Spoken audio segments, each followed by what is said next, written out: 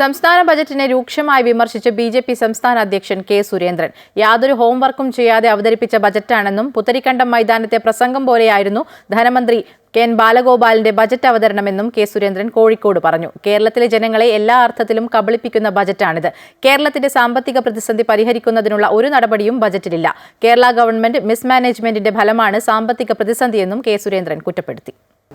കേരളത്തിൻ്റെ മൂർത്തമായ സാമ്പത്തിക പ്രതിസന്ധി പരിഹരിക്കുന്നതിനുള്ള ഒരു നടപടിയും ഈ ബജറ്റിലില്ല.